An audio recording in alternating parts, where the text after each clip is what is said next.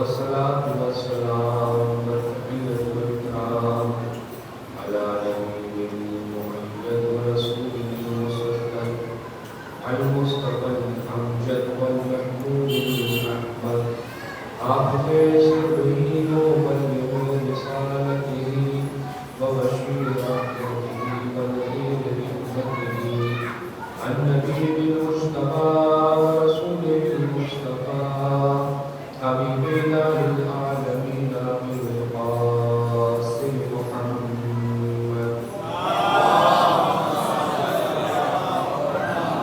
عليه الطاهرين المعصومين المظلومين الهداة المهديين إلى سيما ابن عمه ووصيه وصفيه ونجيه باب کتاب مدینہ العلم وکتاب الصحیفۃ فہمہ وکاشف کرمہ وبحثہ ناعم فی بیتہ ولباسہ وفراشہ زینۃ المحراب والمسجد والمنبر ساقی سلسبیل والتسنیم والکوثر فاتح البر والہدى والخیبر عادل المرحم والامن والانثر فاتح البر والهدى والخيبر إمام المشرقين قائد البيعتين ساجد القبلتين والد الحسنين الذي حبه فرس على الحاضر والغائب إمام المشارق والمغارب مظهر العجائب والغرائب نقطة دائرة المكارم مطلوب كل طالب غالب على كل غالب مولانا أمير المؤمنين علي بن أبي طالب صلاة كثيرة داعية متوالية متكاثرة ولعنة الله على الظالمين من الأولين والآخرين أما بعد فقد قال علي بن الحسين عليه السلام إني لم أخرج أشدا ولا قتلا ولا مفسدا ولا ظالما إنما خرجت لطلب إصلاح في أمة جدي صلوات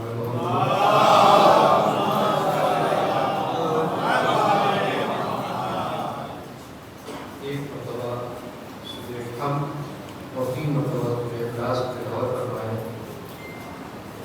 بسم اللہ الرحمن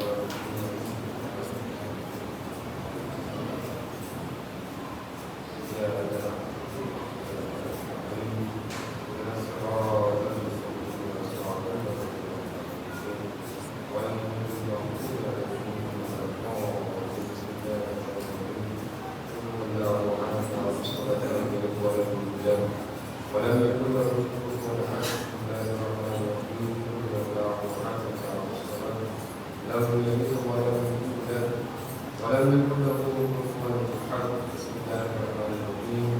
قل هو الله احد الله الصمد لم يلد ولم يولد ولم يكن له كفوا احد.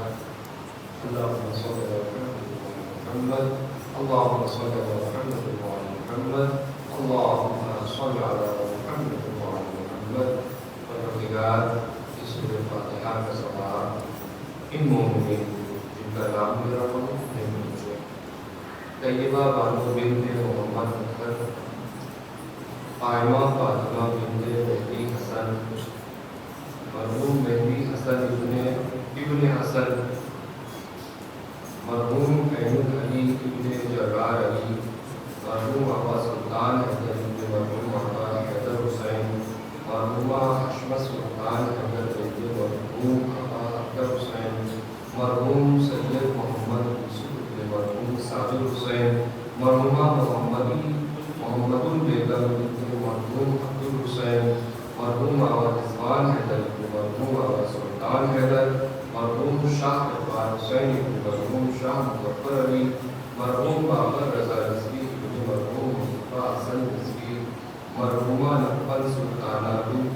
مرحوم احمد حسین. صلوات پڑھیں محمد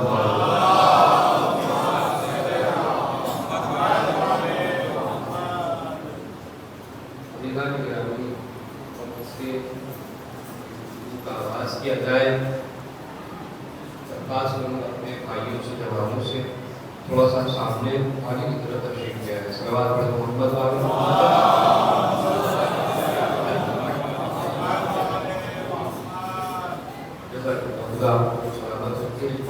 اپنی سلامتی کے لیے اور عبادت زمانہ کی سلامتی کے لیے بابا زبلن صلوات.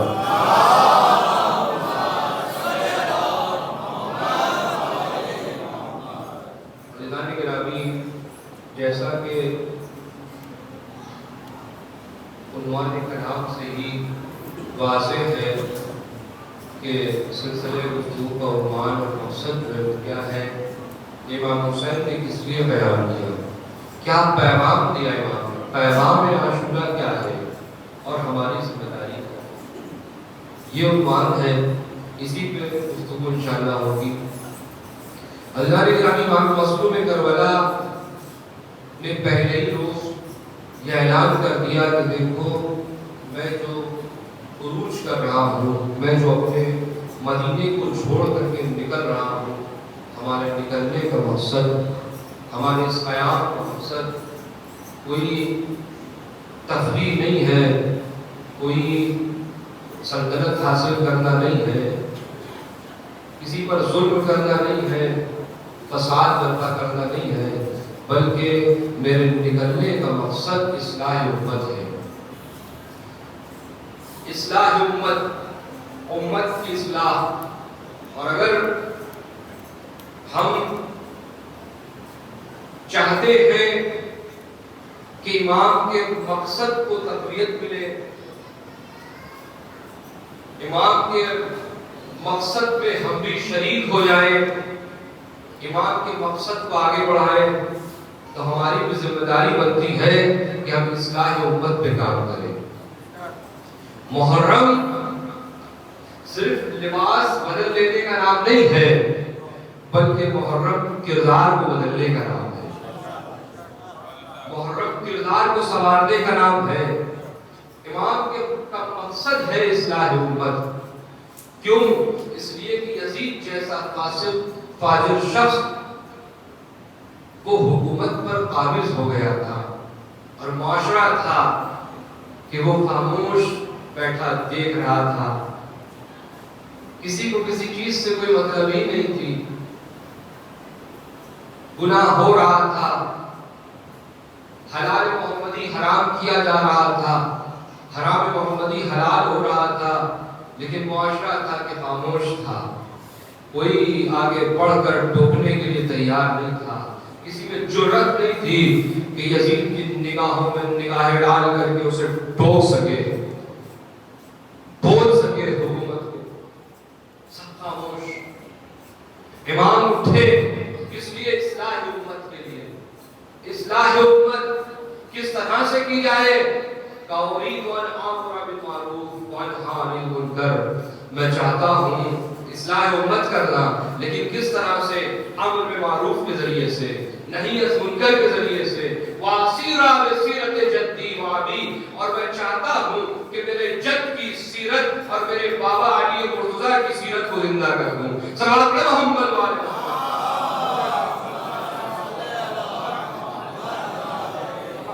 کیوں؟ اس لیے کہ پیغمبر اسلام کی حدیث ہے، من رأى سلطانا جائرا مستحلا لحرم اللہ.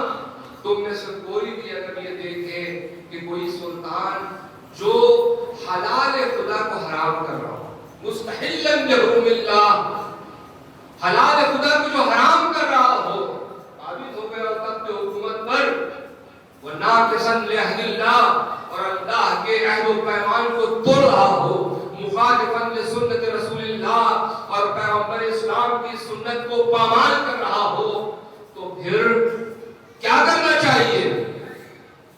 ہمارا فرض بنتا ہے یعمل فی عباد اللہ بالاسم والعدوان، اور بندگان خدا پر ظلم اور زیادتی سے کام لے رہا ہو تو فلم یغیر علیہ بقول ولا بفعل. اگر کوئی مومن، کوئی مسلمان یہ دیکھے کہ ایک ظالم اور جابر شخص تخت پر بیٹھ گیا ہے، وہ عہد الہی کو توڑ رہا ہے، سنت رسول کو پامال کر رہا ہے، لوگوں پر ظلم و ستم کر رہا ہے، حلال محمدی کو حرام کر رہا ہے، اللہ کے عہد و پیمان کو توڑ رہا ہے، لیکن اس کے بعد بھی خاموش بیٹھا رہے، فَلَمْ يُغَيِّرْ عَلَيْهِ بِقَوْلٍ وَلَا بِفِعْلٍ، اور اپنے قول کے ذریعے سے، اپنے فعل کے ذریعے سے اگر اس کی مخالفت نہ کرے حقاً علی اللہ، تو اللہ اس بات کا حق رکھتا ہے أَن يُدْخِلَهُ مُدْخَلًا، کہ اسے بھی ان ظالموں کے ساتھ شامل کر دے۔ اللہ اکبر، سلام پڑھ دو محمد والے۔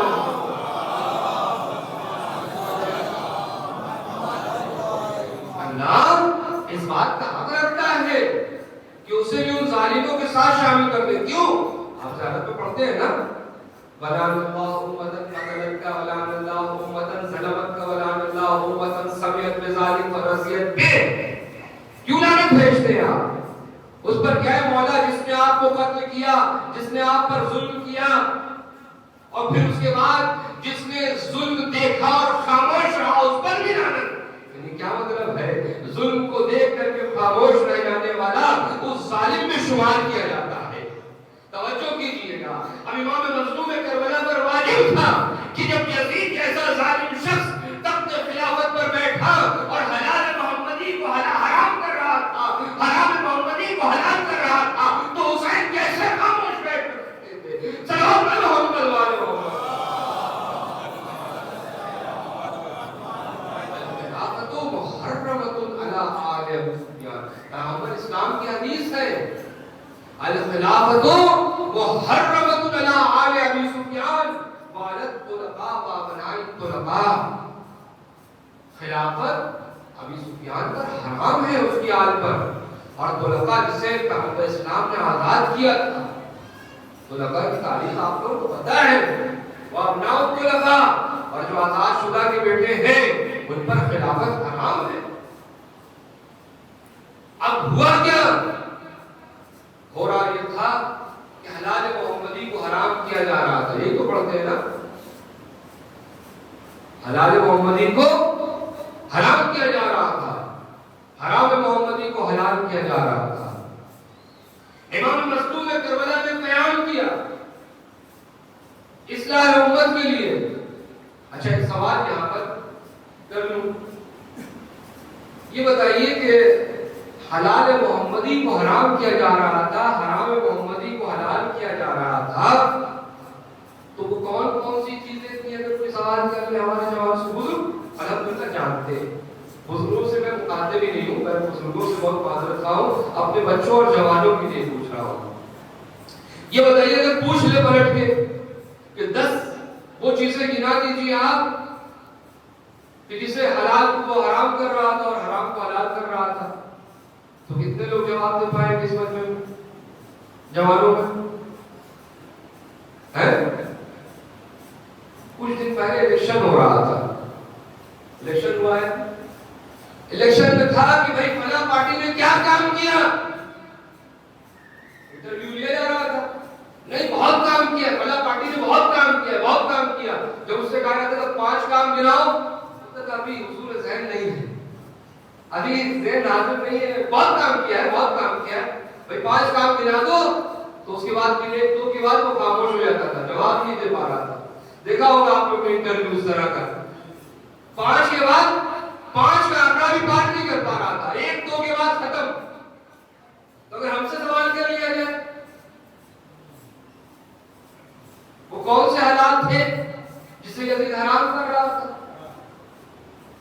اور کون سے وہ حرام تھے جسے حلال کر رہا تھا، 10 جواب دے پائے گے جواب؟ ایک سلام پڑھ دو محمد والے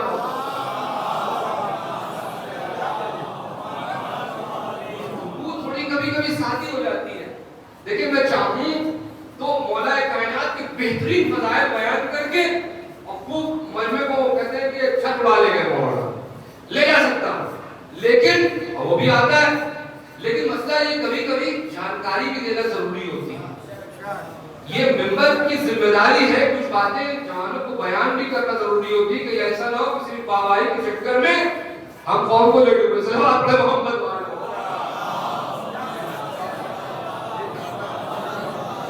تو وہ کون سے کام تھے؟ تو اللہ نے گرامی کچھ باتیں میں یہاں گنا دوں جلدی جلدی تاکہ ہمارا جوان ذہنی طور پر آمد رہے. ہو کیا رہا تھا اس دور میں, ہو کیا رہا تھا, کر کیا رہا تھا یزید؟ کہتے یزید آپ نماز پڑھتے ہیں نا, مسافر کی نماز, سفر پہ جاتے ہیں اور کہیں 10 دن سے کم کا ارادہ ہوتا ہے تو پھر کیا کرتے ہیں, نماز کس طرح پڑھتے ہیں آپ؟ بس 4 رکعت کی نماز سے 2 رکعت ہو جاتی ہے, 3 رکعت اپنی جگہ رہتی ہے, 2 رکعت اپنی جگہ باقی رہتی ہے, لیکن 4 رکعت نماز سے 2 رکعت ہو جاتی ہے, قصر ہو جاتی ہے.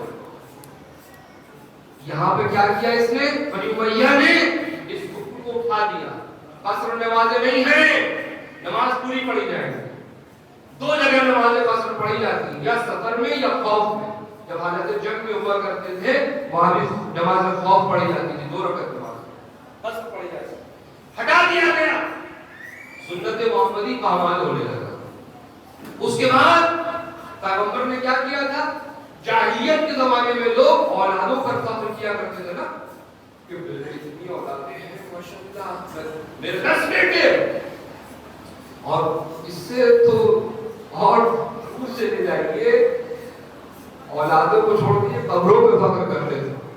جا کے قبریں گراتے, اس قبرستان میں جو ہے 20 قبریں ہماری ہیں, اتنے لوگ ہیں ہمارے.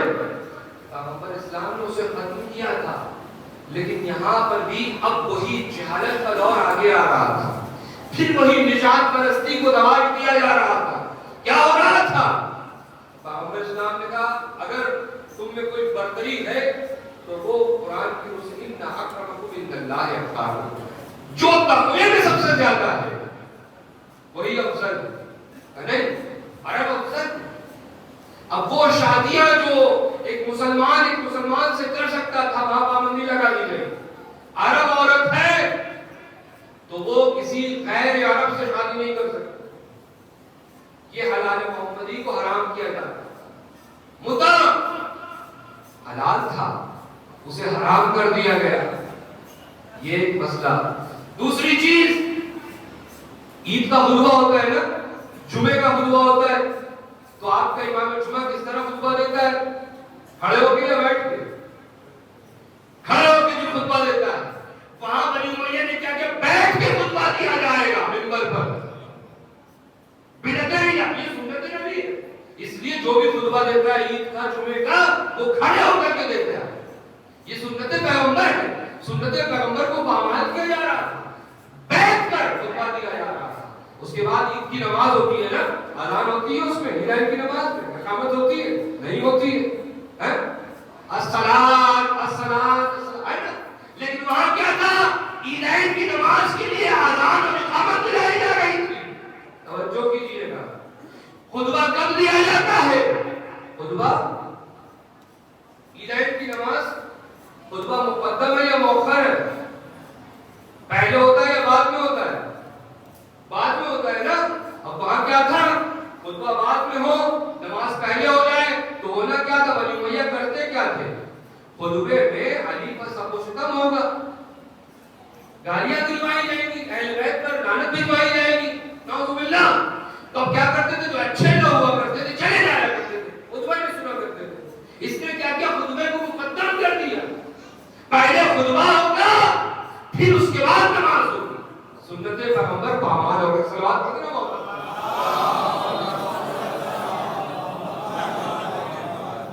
سمجھ رہے نا بات, کچھ چیزیں سمجھ میں آ رہی.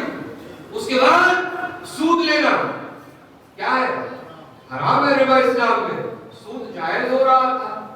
شراب پینا حرام ہے یا نہیں ہے, شراب جائز ہو رہی تھی. خلیفہ وقت جب شراب پی رہا تھا, خلیفاؤں کا نمائندہ شراب پی رہا تھا, جو 2 رکعت نمازیں تھی صبح کی, شراب پی کے 4 رکعت نماز پڑھا رہا تھا. لوگوں اعتراض کر رہے تھے, بھائی صبح کی نماز تو اللہ نے 2 رکعت والی کی ہے, تو کہا تھا 2 رکعت اس طرف من میری طرف سے, 2 رکعت اللہ کی طرف سے.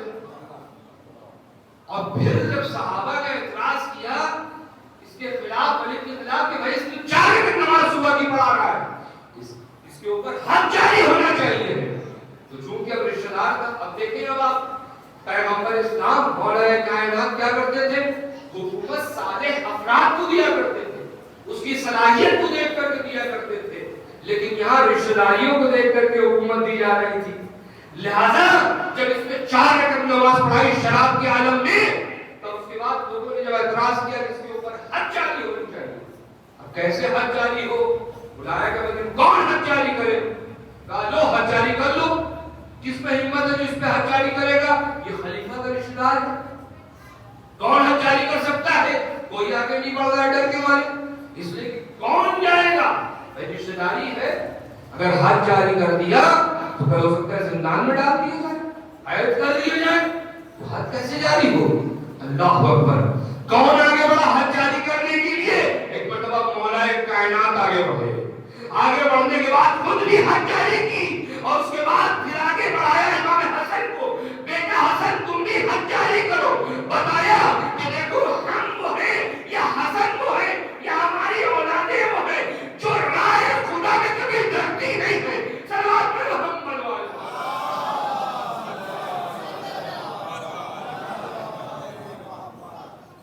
صبح جمعے کی نماز کب پڑھائی گئی؟ خود کو پڑھا دی گئی. یہ سب برکات، یہ سب حلال محمدی حرام کیا جا رہا تھا. مولا کائنات کی سنت کیا تھی؟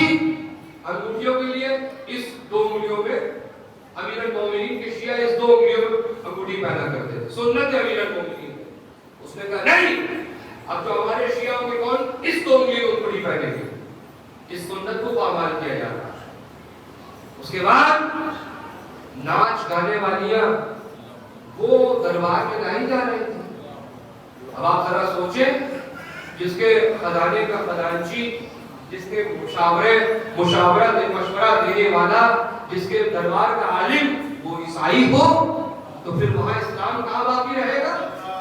اسلام کا کیا ہوگا؟ اسلام کا اسی لیے تو امام حسین نے کہا کہ ایسے اسلام پر سورہ فاتحہ پڑھ دینا چاہیے. بس سلام علیہ السلام. اس لیے کہ جس تخت پر یزید جیسا شخص بیٹھ جائے پھر وہ اسلام باقی نہیں رہے گا. صلوات پہ محمد والے.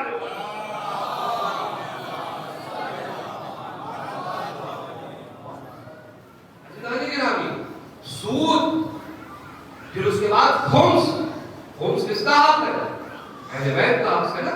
خمس جو نکلتا ہے صاحب سادات صاحب امام ہے یا نہیں ہے؟ خمس کو کیا کیا گیا؟ بند کرا دیا گیا. خمس نہیں دیں گے. باپ فدر چھین لیا گیا، ختم کر دیا گیا. یہ سب برکات یاد ہو رہی تھی. یہ سب ناحق کام انجام دیے جا رہے تھے. آذان میں تبدیلی کی جا رہی تھی. آذانوں میں تبدیلی ہو رہی تھی. معاشرہ تھا خاموش، کھڑا تماشائی بنا تماشا دیکھ رہا تھا. کسی میں جرأت نہیں تھی کچھ کہنے کی. سب تماشائی بنے کھڑے دیکھ رہے تھے. کوئی آگے بڑھ کر ٹوکنے والا نہیں تھا، کوئی کچھ کہنے والا نہیں تھا. غیر صالح لوگوں میں مذہب بانٹا جا رہا تھا. بیت المال کا غلط استعمال کیا جا رہا تھا. لوگوں کو بیت المال کیسا ہے، حق کیا ہے بیت المال کا. مولا کائنات جیسی شخصیت بیت المال کا کتنا لحاظ رکھتے ہیں کہ عقیل جیسا بھائی ہے آ کے کہہ رہا ہے کچھ بڑھا کے دے دیجئے، ہے یا نہیں ہے؟ جلتا ہوا لوہا لائے لا کر کے دے دیا. علی آپ سے میں کچھ بڑھانے کی بات کر رہا ہوں، آپ مجھے جلانے میں لگے ہیں. کیا آواز تھی؟ تم چاہتے ہو میں تمہیں بیت المال زیادہ دے کر کے جہنم کی آگ میں کچل جاؤں؟ اللہ اکبر. یہاں کیا ہو رہا تھا؟ بیت المال سے لوگ خریدے جا رہے تھے اپنی خلافت کو منوانے کے لیے. ایک ایک قبیلے کے سردار کو 1-1 لاکھ دینار دے کے خریدا جا رہا تھا. بیت المال اس طرح سے برباد کیا جا رہا تھا. اللہ اکبر. کتنا گناہ ہو، کتنا گناہ ہو. صلوات پڑھتے محمد والے محمد.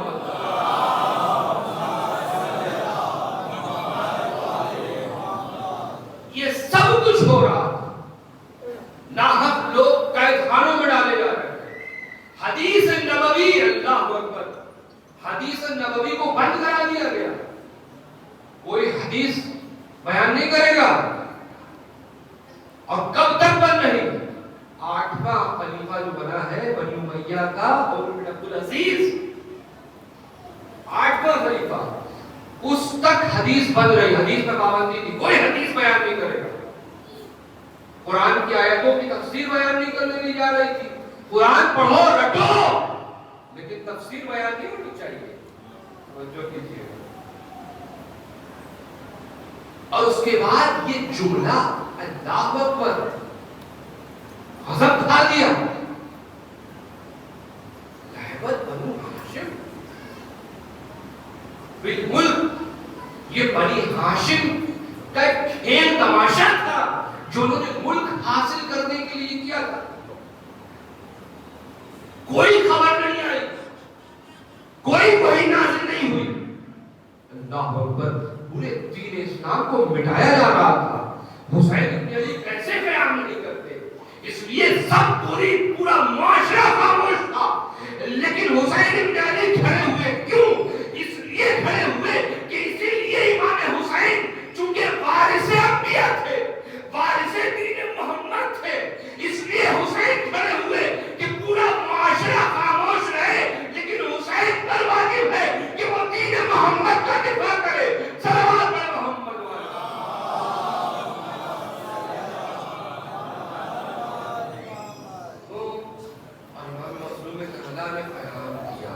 بہت ساری ہے، بہت ہے عزیزوں، 70 کے اوپر خرافات آپ کو مل جائیں، 70 سے زیادہ، کتنا گنا ہے انسان۔ اور امام مظلوم کربلا نے کیا کہا کہ میں اصلاح امت کے لیے نکلا ہوں، اس کا راستہ کیا ہے؟ اورید ان امر بالمعروف وانہی عن المنکر، کس طرح سے؟ امر بالمعروف کے ذریعے سے، نہیں از منکر کے ذریعے سے میں اصلاح امت کروں گا۔ عزیزان گرامی، امر بالمعروف اور نہی از منکر یہ بہت تاکید کی گئی ہے۔ کنتم خیر امت، قرآن کی آیت، کنتم خیر امت اخرجت للناس تأمرون بالمعروف وتنہون عن المنکر، تم سے بہترین امت وہ ہے کہ جو امر بالمعروف کرے، نہیں از منکر کرے، بہترین امت وہ ہے۔ امر معروف کو خدا را اپنے معاشرے سے اٹھنے نہ دیجیے، اس لیے کہ اگر امر معروف اٹھ گیا تو پھر معاشرہ مر جاتا ہے، معاشرے کی روح ختم ہو جاتی ہے۔ لیکن ہاں، امر معروف کا کچھ طریقہ بھی ہے۔ آپ دیکھیں کہ پہلے میں 2-3 واقعات بیان کروں گا تاکہ امر بالمعروف کی اہمیت سمجھ میں آئے۔ اس صلوات پڑھے بھی حضور محمد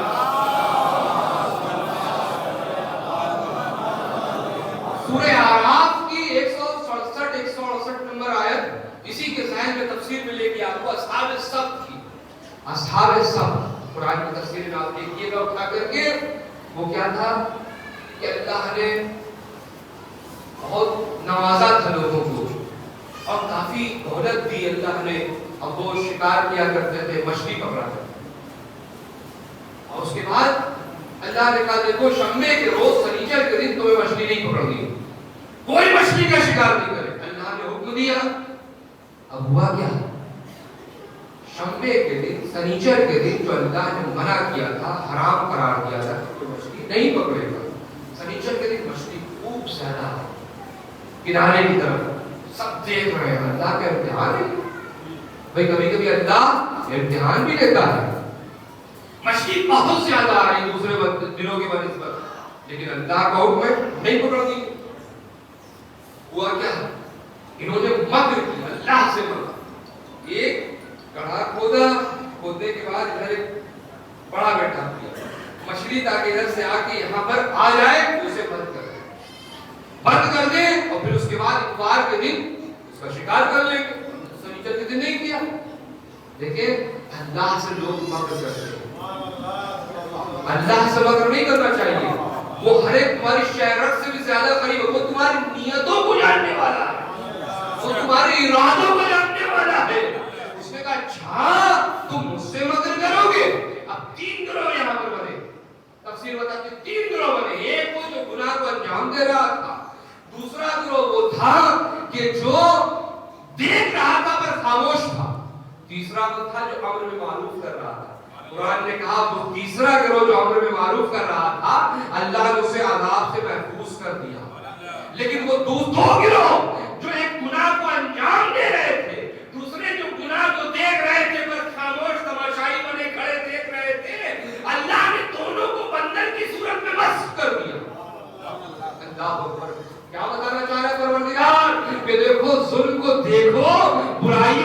دیکھو تو خاموش نہ کھڑے رہو. خاموش کھڑے رہو گے تو تم بھی اس گناہ میں برابر کے شریک کہلاؤ گے. صلوات پر محمد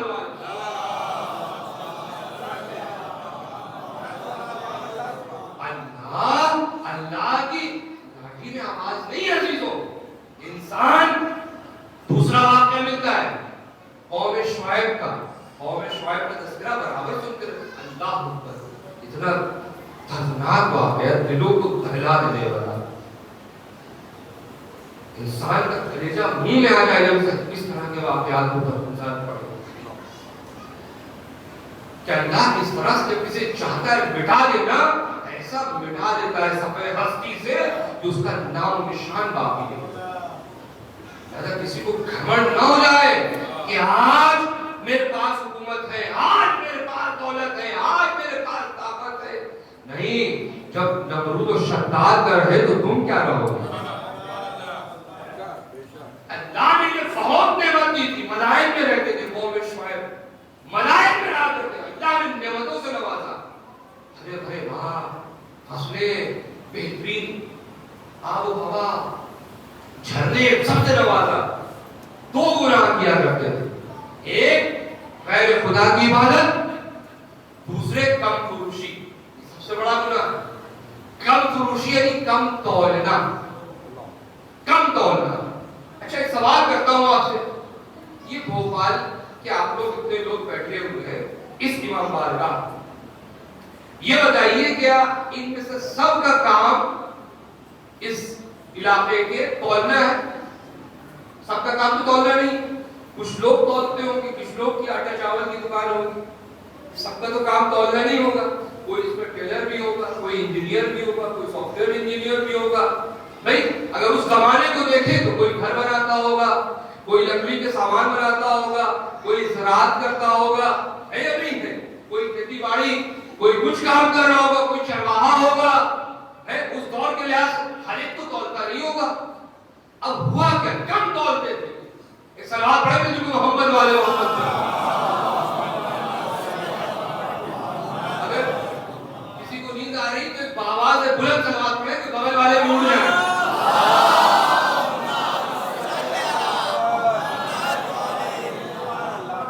تو بھائی ہر کوئی تو تولتا نہیں ہوگا نا.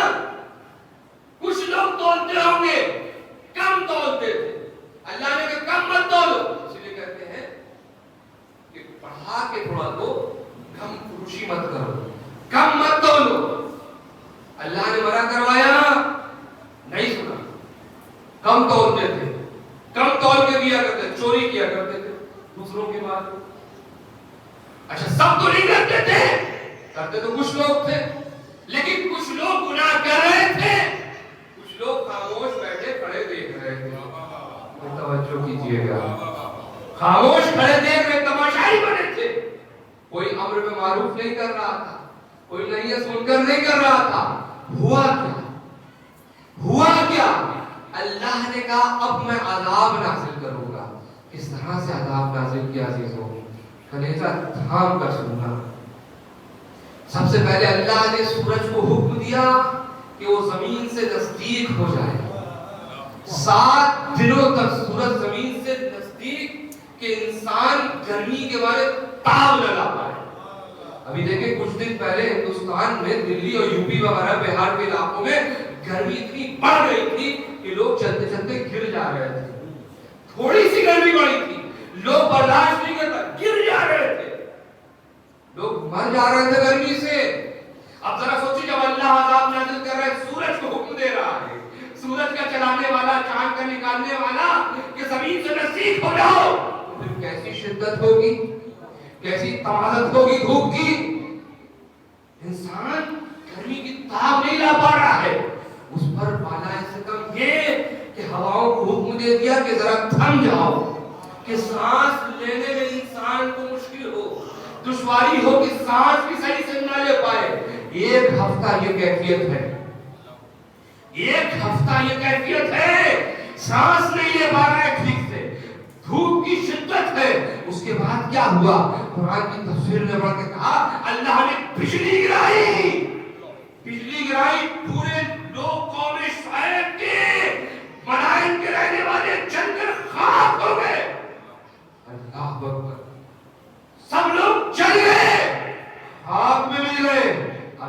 اللہ کا انتخاب پورا نہیں ہوا. کاف سیلاب کو حکم دیا, بارش کو حکم دیا, برسے, اتنا برسے کہ خاک کو بھی یہاں سے پاک لے آئے. اس طرح سے زمین کے سطح کو بنا دے جیسے یہاں ان کا کبھی کوئی وجود ہی نہیں تھا. پر عزیزوں ذرا سوچیں کہ اللہ جب کسی پر عذاب نازل کرتا ہے تو کس طرح سے کرتا ہے. یہ امر معروف کبھی معاشرے سے ہٹنا نہیں چاہیے, یہ نہیں ہے منکر معاشرے سے ہٹنا نہیں چاہیے, ورنہ انسان عذاب میں مبتلا ہو جاتا ہے. صلوات پر محمد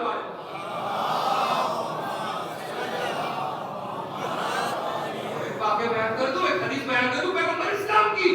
پیغمبر اسلام فرماتے ہیں کہ جبرائیل امین کو پروردگار عالم نے حکم دیا کہ جبرائیل جاؤ اور اپنے پروں سے فلاں جگہ کی زمین کو اٹھاؤ اور اٹھانے کے بعد اسے پلٹ دو, انسانوں کے سمیت اسے پلٹ دو.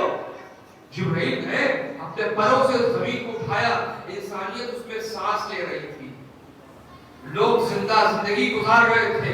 ایک مرتبہ پلٹنا چاہتے ہیں, کیا دیکھتے ایک شخص بیٹھا ہے جو تسبیح پروردگار کر رہا ہے, اللہ کی عبادت کر رہا ہے, وہ اس کی تسبیح پڑھ رہا ہے, ذکر الہی میں مشغول ہے. ایک مرتبہ جبرائیل سوچنے لگتے ہیں پروردگار تیرا بندہ ہے, تیری عبادت کر رہا ہے, تیری تسبیح و تحلیل کر رہا ہے, کیسے پلٹ دوں, آیا اس کو بچاؤں یا نہ بچاؤں. لیکن چونکہ حکم الہی تھا ایک مرتبہ پلٹ دیا.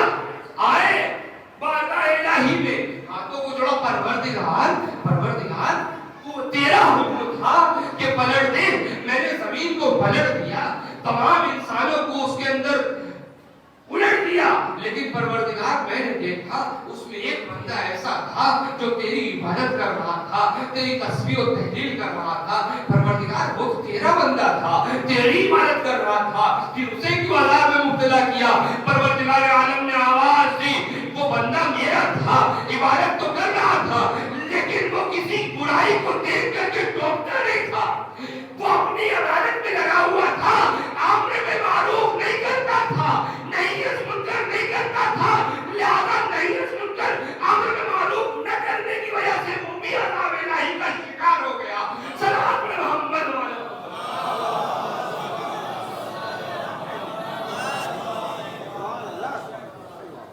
توجہ کیا سنا آپ نے. امر معروف کی کتنی, امر معروف اگر موجود ہے معاشرے میں تو معاشرے میں حیات موجود ہے, زندگی موجود ہے. امر معروف اٹھ جائے تو سمجھیے کہ حیات ہو گئی. لیکن اس کا طریقہ ہے کس طرح سے آپ امر معروف کریں گے, کس طرح سے آپ نہیں منکر کریں گے اپنے معاشرے میں. عزیزوں اگر کوئی چھوٹا ہے, بچہ ہے, غلطی کر رہا ہے, آپ کی اولاد ہے, دوسرے کی نہیں, آپ کی اولاد ہے, آپ کو حق نہیں ہے کہ اسے بھرے مجمع میں معاشرے کے سامنے ذلیل کریں. اسے آپ اس طرح سے ڈانٹیں, اس طرح سے پھٹکاریں کہ اس کی آبرو ریزی ہو جائے. ٹھیک ہے آپ بزرگ ہیں, اسلام نے اس کا بھی طریقہ بتایا ہے, تنہائی میں اسے بلائیے, سمجھائیے بیٹا جو تم کر رہے تھے وہ غلط ہے, اس طرح نہیں کیا کرو. تمہارے باپ ماں پہ لوگ کہیں گے کیسے ماں باپ ہیں کہ تمہاری تربیت نہیں کی, کس طرح کی تم غلط کام انجام دے رہے ہو, یہ برے بچے انجام دیا کرتے ہیں. اکیلے میں سمجھائیے, دلیلوں کا سہارا لیجئے, منطق کا سہارا لیجئے, شفقت اور محبت سے سمجھائیے, آپ کی بات اس پر اثر انداز ہوگی, وہ آپ کی بات کو مانے گا, وہ آپ کی بات کو سمجھے گا. لیکن اگر بھرے مجمع میں اسے ذلیل کیجیے گا تو ہو سکتا ہے آپ کی بات اس کی کارآمد نہ ہو, اتنی اثر انداز نہ ہو, وہ لچ کر بیٹھے, وہ لجوج بن جائے. تو اس کا انسان خیال رکھے. بچوں کو امر میں معروف کرنا ہے, چھوٹے بھائیوں کو سمجھانا ہے, تنہائی میں اکیلے میں اسے سمجھائے. اور بڑے اگر کوئی غلطی کر رہے, وہ بڑے بھائی ہم بھی معصوم نہیں ہیں, ہمیں اللہ نے کوئی عصمت کی سند نہیں دے دی ہے, ہم سے بھی غلطی ہو سکتی ہے.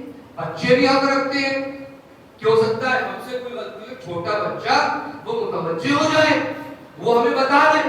مثلاً میں آیا, مجھے نہیں معلوم فلاں جگہ ایک کپڑا پڑا تھا اور وہ کپڑا نجس تھا. مثلاً کل ایک بچے نے یہاں پر کچھ کیا, ٹھیک ہے, مجلس ماتم میں درمیان, اب اس کپڑے سے پوچھا گیا, مجھے نہیں معلوم, یہاں میں نے دیکھا, میں اٹھا کے اسے آیا ہاتھ پر تو پوچھ لوں ذرا. ایک بچے نے بڑھ کر مولانا صاحب اس کو استعمال کیجیے, اور تم ہم کو بولنے والے کون ہوتے ہو, میں استعمال نہ کروں, تم جانتا ہے کہ یہ کپڑا نجس ہے کہ نجس ہو چکا ہے، وہ آ کر کے ٹوک رہا ہے، میں کہوں کیوں بیٹا آپ کہہ رہے ٹھیک ہے میں استعمال نہیں کروں، میں بتا دوں کیوں، وہ بتا دے، مجھے لازم ہے اس کی بات کو مانوں، بچے کی بات کو بھی مانے، لیکن اس کا بھی طریقہ ہے کس طرح سے بچہ بڑوں سے کہے، ٹوک کر نہ کہے، بلکہ اس کی بولنے کا انداز استفہامی صورت ہو، سوال کے انداز میں کہے، سوال کے انداز میں ہو، بتانے کے لیے بہت ادب و احترام، یعنی زبان خشک زبان کا استعمال نہ کرے بلکہ شیریں زبان کا استعمال کرے، وہ زبان استعمال کرے جو حسن و حسین نے کی تھی، چچا جب دیکھا بزرگ شخص ہے وضو غلط کر رہے ہیں، کہا چچا ذرا دیکھ لیجیے ہم دونوں بھائی وضو کرتے ہیں، دیکھیے ہم میں سے کس کا وضو صحیح ہے، ایک مرتبہ حسن نے بھی وضو کر کے دکھایا، حسین نے بھی وضو کر کے دکھایا، ایک مرتبہ بزرگ متوجہ ہو گئے، کہا نہیں اے حسنین آپ تو جوانان جنت کے سردار ہیں، آپ کا وضو غلط نہیں ہو سکتا، آپ دونوں کا وضو صحیح ہے، میرا ہی وضو غلط تھا، صلوات پڑھے محمد والے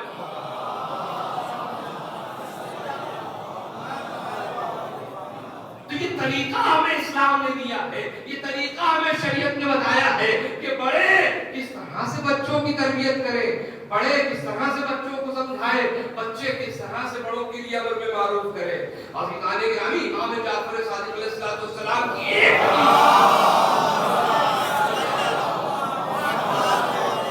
اگر ہم اس پر عمل کر لیں تو ہمارا معاشرہ سدھر جائے، ابھی تو مجلس ہماری کامیاب ہو جائے گی اگر ایک حدیث پر عمل کر لیا جائے، بس ایک حدیث پر اگر عمل ہو جائے ہماری مجلس کامیاب ہے، ہماری گفتگو کامیاب ہے، ایک حدیث پر عمل ہو جائے۔ امام فرماتے ہیں کہ بڑوں کو چاہیے کہ وہ بچوں کا احترام کرے، کس لیے کرے؟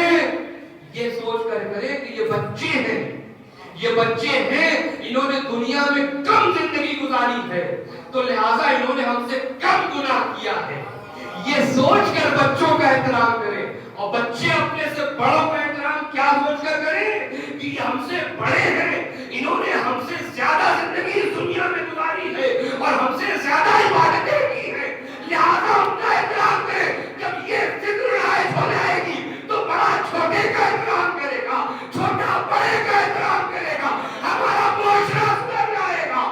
صلوات علی محمد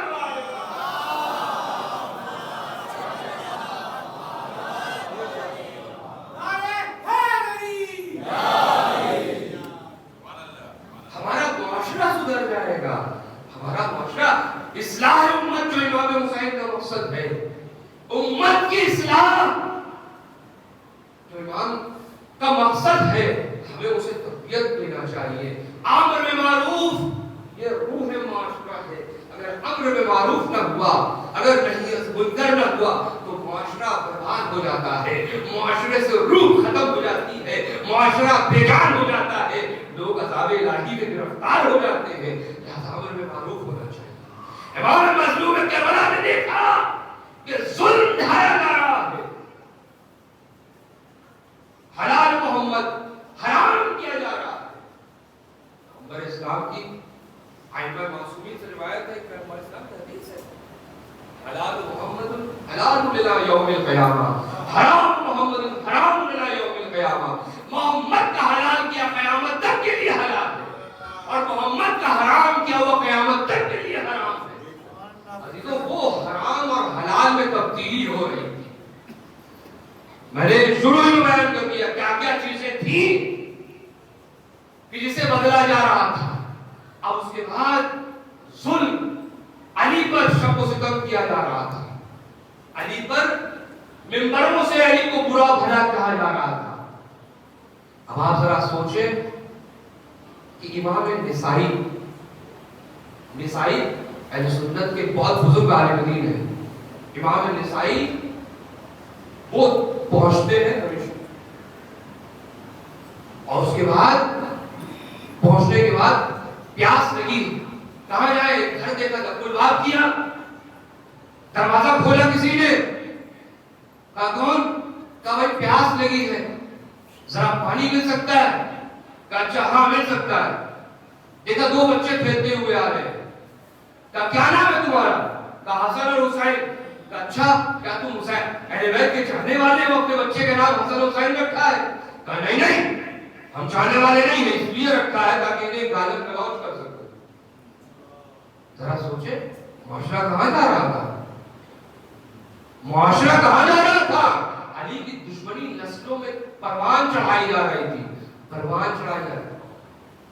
مولا کائنات میں جب شام سے جو بارڈر کا علاقہ تھا وہاں پر حاکم شام اپنے لشکر کو بھیجتا تھا، حملہ کرواتا تھا، بارڈر علاقوں میں گھروں کو لوٹ لیا جاتا تھا، مال و دولت لوٹ لیے، عورتوں کے زیوروں کو چھین لیا جاتا تھا، اور اس کے بعد چھیننے کے بعد جب سپاہی آنے لگتے تھے کہتے تھے علی کے حکم سے تمہارے گھر لوٹے گئے ہیں، علی کے حکم سے تمہیں تاراج کیا گیا ہے، اور کہہ کے چلے جاتے تھے۔ لوگ کیا سمجھ رہے تھے کہ علی نے ہمارے گھروں کو لوٹ لیا۔ صبح بچوں میں کھلونے تقسیم کیے جاتے تھے، بچے کھلونوں سے دن بھر کھیلے، رات میں جب تھک جائے کھلونا کنارے رکھتے، حاکم شام کے لوگ آتے تھے تب بلاؤ کرتے تھے لاؤ کھلونا واپس کرو بچوں کا، اور ماں باپ سے کہتے تھے دیکھو جب بچہ صبح اٹھ کر پوچھے گا کہ کھلونے کہاں گئے تو کہنا علی کے سپاہی آئے تو تمہارا کھلونا چھین کر لے گئے۔ سب پروپیگنڈا اس طرح سے پھیلایا جا رہا تھا، علی کی دشمنی میں بچے پالے جا رہے تھے، پروان چڑھائے جا رہے تھے۔ ایسے ہی تھوڑی جب علی کوفہ میں شہید ہوئے تو شام کے لوگ کہہ رہے تھے علی ہم کوفہ میں وہ کیا کر رہے تھے، علی مسجد میں اللہ اکبر، کیا مطلب ہے؟ علی کو کیسا بتایا جا رہا تھا، میڈیا سے کس طرح سے پروپیگنڈا کروایا جا رہا تھا، علی کی دشمنی میں لوگوں کو مارا جا رہا تھا۔ عمر بن عمر الخزاعی دیکھیں آپ، چن چن کے علی کے محبوں کو، اصحاب پیغمبر کو، ابو ذر غفاری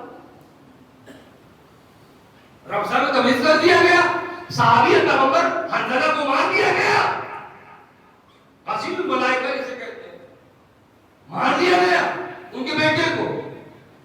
ایک ایک صحابی عمر بن عمر الخزاعی علی کے چاہنے والے تھے، ان کے گھر پر حملہ کیا جاتا ہے، گھر پر حملہ کرنے کے بعد وہ نہیں ملتے ہیں، ان کی زوجہ کو گرفتار کر لیا جاتا ہے۔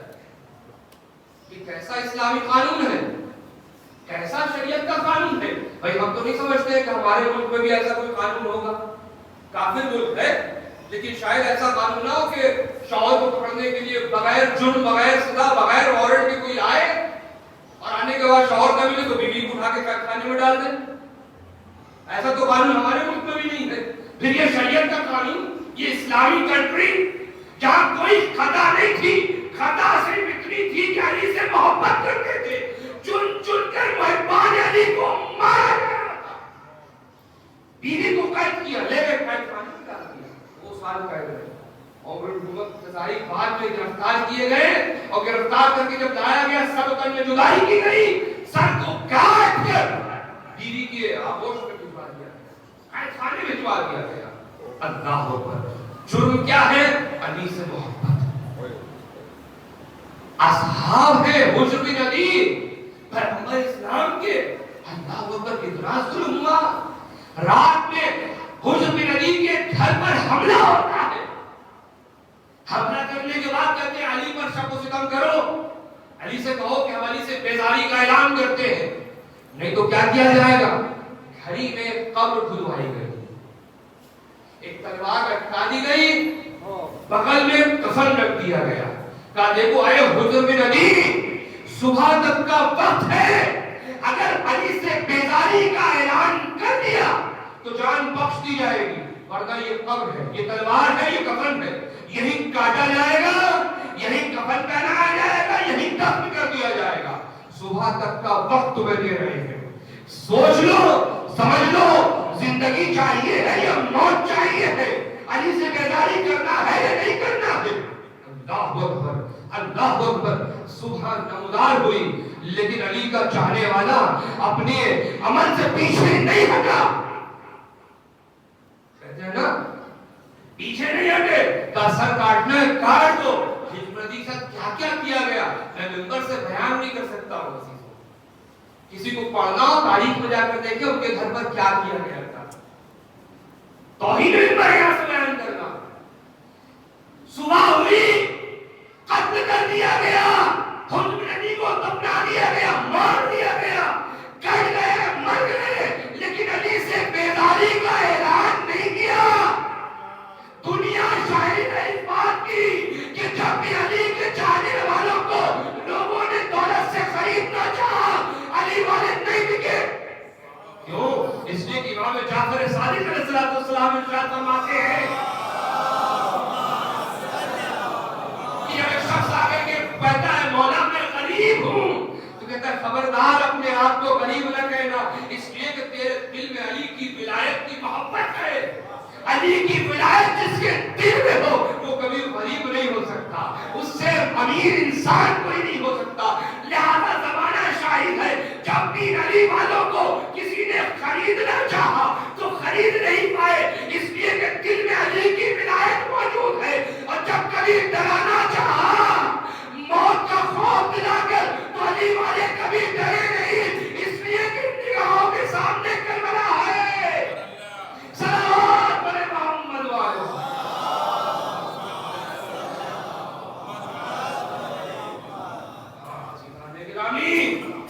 ظلم ہو رہا تھا, اصحاب رسول مارے جا رہے تھے, اصحاب امیر المومنین قتل کیے جا رہے تھے. اللہ اکبر, اللہ اکبر.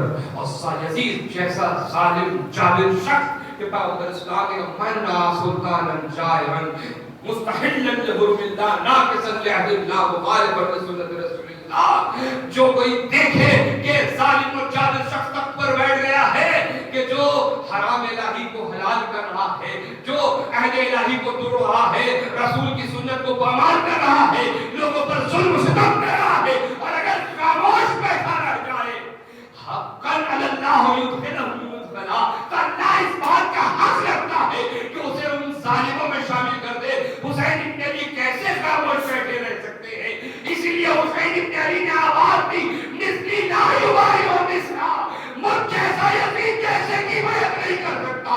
صلوات علی محمد والے.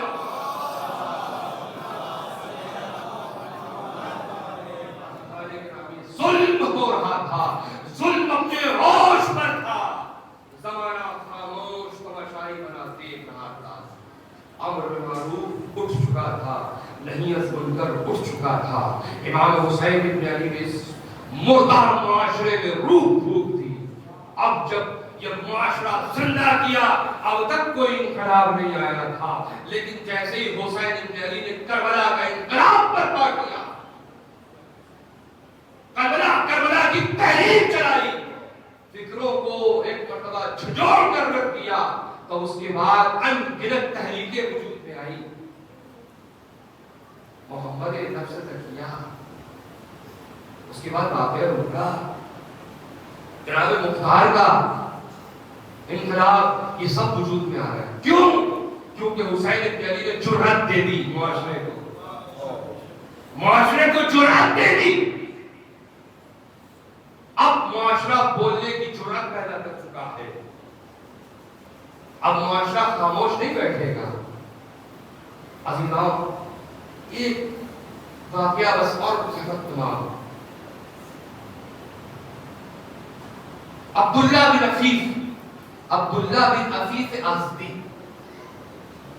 کون ہے؟ خدا کائنات کے چاہنے والے, ایسے صحابی پیغمبر, ایسے صحابی امیر المومنین کے جنہوں نے جنگ صفین میں اور جنگ جمل میں اپنی دونوں آنکھیں کھو دی. ایک آنکھ جنگ صفین میں گوا دی, دوسری آنکھ جنگ جمل میں گوا دی, دونوں آنکھیں کھو چکے ہیں. مایوس ہیں, پروردگار سے دعا کرتے ہیں ہمیشہ, کہتے ہیں میں شروع سے دعا کرتا تھا پروردگار مجھے شہادت نصیب کرتے ہیں, پروردگار میں راہ خدا میں شہید کر دیا جاؤں, لیکن نہیں معلوم کیوں مجھے اللہ نے شہادت نہیں نصیب کی. اور اب تو دونوں آنکھیں چلی گئی, ایک جنگ صفین میں چلی گئی, ایک جنگ جمل میں چلی گئی. اب مایوسی ہے, سوچ رہے اب تو جنگ بھی واجب نہیں ہے, اب تو جنگ بھی شریک نہیں ہو سکتے, اب کیسے یہ شہادت نصیب ہو. تمنا ہے، ارمان ہے۔ عزیزوں، اللہ بھی جب کوئی انسان دل سے کوئی ارمان رکھتا ہے، تمنا رکھتا ہے، تو اللہ اس کے اس ارمان کو پورا کرتا ہے۔ اسی لیے کہتے ہیں کہ جب کوئی انسان دل سے یہ خواہش رکھتا ہے کہ میں کربلا امام حسین کی زیارت پر جاؤں، پروردگار مجھے نصیب فرما، لاکھ وہ غریب ہو، مفلس ہو، نادار ہو، نہیں لا سکتا ہے، اس دنیا سے گزر گیا، لیکن اللہ نے ہموار فرشتے رکھے ہیں جو قبر سے اس کے جسم کو اٹھائیں گے، لے جا کے کربلا میں دفن کریں گے۔ جاؤ اپنی زندگی گزار، حسین کا مجاور بن جا۔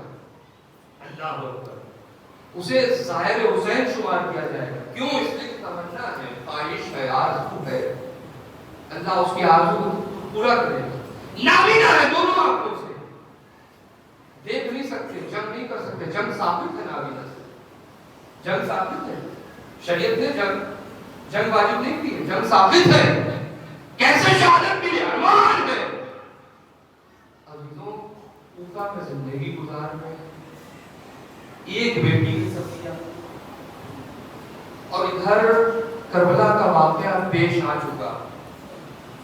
یہ لٹا ہوا قافلہ اسیروں کا، جہاں امام سجاد ہتھکڑیوں بیڑیوں میں جکڑے ہوئے ہیں، بیویاں ہیں، بے کفنہ و چادر ہیں، خیمے جلائے جا چکے ہیں، قیدی بنا کر کے گزارا گیا، اور یہ کارواں 12 سفر کو جو ہے وہ کوفہ پہنچا۔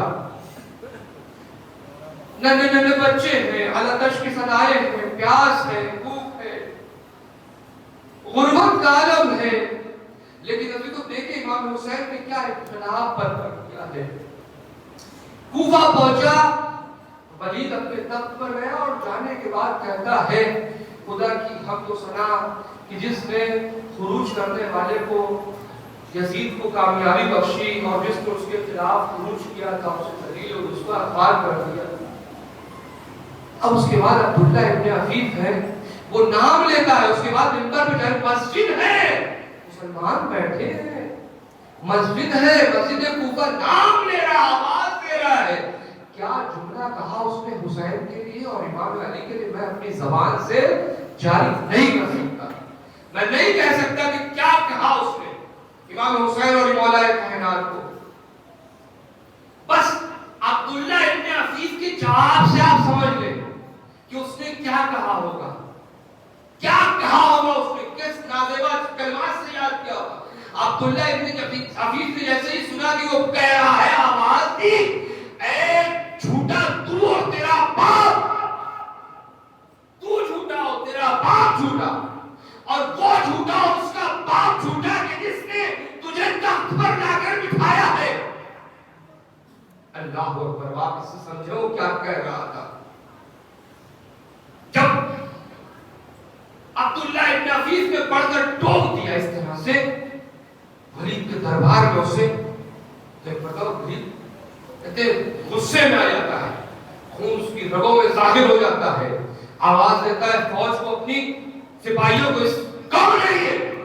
کہ یہ رسول کا نابینا صحابی ہے، عبداللہ ابن عفیف ازدی ہے، بنی ازدی قبیلے سے تعلق رکھتا ہے، کہ پکڑ کے لاؤ اسے، لے کر کے آئے، پکڑے سپاہی، قتل کرنے کے لیے کہا، لیکن ازدی قبیلے کے لوگ آ گئے، نابینا ہے، ضعیف ہے، اسے مت مارو، ہم سب مل کر کے اس عبداللہ ابن عفیف کو بچا لیا، بچایا، لے کر کے گھر گئے۔ لیکن ہوا کیا؟ یہ دشمنان علی جو بے جرم و خطا لوگوں کے گھر میں تجاوز کرتے ہیں، جس نے حجر بن عدی کو نہیں چھوڑا، جس نے عمر بن عمر کے خزائی کو نہیں چھوڑا، کیا عبداللہ ابن عفیف کو چھوڑ دیتے؟ عبداللہ ابن عفیف بھی خوب جانتے تھے کہ یہ مجھے نہیں چھوڑنے والے ہیں۔ رات ہوئی، ولید نے اپنے سپاہیوں کو بھیجا، جاؤ اور جا کر کے اسے قید کر کے لے کر کے آؤ۔ سپاہی آئے، جیسے ہی گھر کے نزدیک پہنچے، عبداللہ ابن عفیف نے محسوس کیا کہ سپاہی گھر کے نزدیک آ رہے ہیں۔ اللہ اکبر، نابینا بوڑھا سپاہی ہے اور 90 سال سے اوپر بتائی گئی ہے تاریخ، 90 سال سے اوپر. کہتے ہیں آواز دی بیٹی صفیہ ایسا کرو تلوار لے کر کے آؤ. ایک مرتبہ تلوار لے کر کے آئی، بابا کو دیا، تلوار سے ٹیک لیا، کھڑے ہو گئے، دروازہ کھلا، سپاہی اندر آئے. ایک مرتبہ بیٹی کہتی ہے بابا، اے بابا کاش میں آپ کا بیٹا ہوتی. اللہ اکبر. اے بابا کاش میں آپ کا بیٹا ہوتی. تصور کر لو دیکھو، آپ کی بھی بیٹی ہوگی، گھر میں بیٹی باپ سے کتنا محبت کرتی ہے. بیٹی چاہتی ہے کہ جو بھی مصیبت ہے مجھ پر آ جائے، باپ پڑھنا نہ پائے. باپ کی دلاری ہوا کرتی ہے بیٹی، جان چھڑکتی ہے باپ پر. کہتی بابا کاش میں بیٹا ہوتی تو آج آپ کی قوت بازو بن جاتی، آپ کے دشمنوں سے جنگ کرتی. ایک مرتبہ عبداللہ ابن عفیف کہتے ہیں بیٹی تو باپ کا بازو نہیں بن سکتی، باپ کی آنکھوں کا نور بن جا. بیٹی تو پیچھے کھڑی رہے دیوار کے سہارا لے کر کے، اور پیچھے دیوار کو کیا. ایک مرتبہ آگے خود کھڑے ہوئے، دیوار پیچھے تاکہ دشمن آگے سے حملہ کرے. کہا بیٹی بس بتاتی رہنا، باپ کی آنکھوں کا نور بن جا، بتاتی رہے کہ دشمن کدھر سے آ رہا ہے. یہ علی کا بوڑھا سپاہی ہے، یہ علی کا بوڑھا شاگرد ہے، اس نے علی سے جوہر جنگ سیکھے ہیں. دیکھ آج علی کی جھگنے کے طرح یاد دلاتا ہوں. اب عبداللہ ابن عفیف نے تلوار نکالی، بیٹی آواز دے رہی تھی بابا دائیں طرف سے سپاہی آ رہا ہے. ایک مرتبہ تلوار چلائی، فاصلے جہنم کیا، بابا بائیں طرف سے، بابا سامنے سے، بابا پھر دائیں طرف سے. عبداللہ ابن عفیف تلوار چلاتے جا رہے ہیں. ایک مرتبہ بیٹی نے کیا دیکھا کہ چاروں طرف سے فوج کہہ رہی کہ مل کر حملہ کرو. چونکہ 80 سے زائد افراد عبداللہ ابن عفیف نے مار دیے تھے. ایک مرتبہ چاروں طرف سے حملہ ہوا. عبداللہ ابن عفیف کی بیٹی نے آواز دی بابا اب چاروں طرف سے لوگ حملہ کر رہے ہیں، سب مل کر حملہ کر رہے ہیں. عبداللہ ابن عفیف نے چاروں طرف تلواروں کو گھمانا شروع کیا. چاروں طرف فوجیوں کو کاٹ رہے ہیں لیکن زخموں سے چور ہو گئے. آواز دی اے میری رخت جگر اب ایک احسان باپ پر کر دے. کہا بابا حکم دیجئے. کہا بیٹی دروازے کے اندر چلی جا، دروازہ اندر سے بند کر دے. بابا میں کیسے جا سکتی ہوں؟ کہا بیٹی چلی جا، باپ حکم دے رہا ہے. مجھے گوارا نہیں ہے کہ یہ تیری چادر کی طرف ہاتھ بڑھائے. مجھے تیری عزت زیادہ پیاری ہے، اپنی جان زیادہ پیاری نہیں. بیٹی کو حکم دیا بیٹی چلی جا، دروازے کے اندر چلی جا، دروازے کو اندر سے بند. بیٹی اندر گئی، دروازے کو اندر سے بند کر لیا. ایک مرتبہ عبداللہ ابن عفیف نے ایک ٹھنڈی سانس لی. اب آؤ مارنا ہے مارو. ایک مرتبہ فوجیوں نے نیزہ پھینکنا شروع کیا. نیزے پھینکے، بوڑھا صحابی زخموں سے چور ہوا، لے کر کے چلے اور لے جانے کے بعد سر و تن میں جدائی کی. لیکن ہاں میں ایک جملہ کہوں گا، عبداللہ ابن عفیف کے سر و تن میں جب جدائی ہو رہی تھی عبداللہ ابن عفیف مطمئن ہو گئے کہ میں شہید ہوا لیکن میری بیٹی محفوظ رہ گئی. میں مارا گیا لیکن میری بیٹی کی چادر تو نہیں چھلی، کسی نے تماچے تو نہیں لگائے، کسی نے تازیانے تو نہیں برسائے، میری بیٹی کی عزت تو پامال نہیں ہوئی، وہ محفوظ رہی، اسے اسیر تو نہیں بنایا گیا. باپ تھا، شام شہادت نوش کی ہوگی، دل مطمئن ہوگا، لیکن ہائے مظلوم کربلا، ہائے سہرا کا لال، جب سب سجدے میں ہے ایک مرتبہ خیال آ رہا ہوگا اب زینب کی چادر محفوظ نہ رہے گی، اب ام کلثوم کی چادر